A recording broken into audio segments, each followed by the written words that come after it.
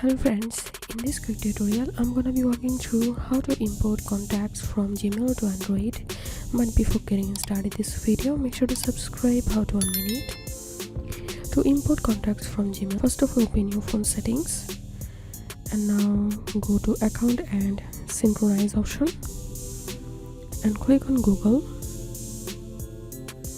and open your Gmail account, and here you will get a contact option. So if it's off, all you have to do is just turn on the contacts synchronize, and after that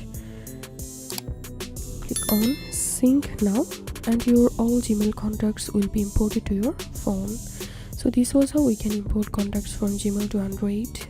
If you have any questions, feel free to post in description. If you think to see more WordPress videos, please check the links in descriptions. If this video helped you, give a thumbs up and please consider subscribe how to 1 minute. Thank you for watching.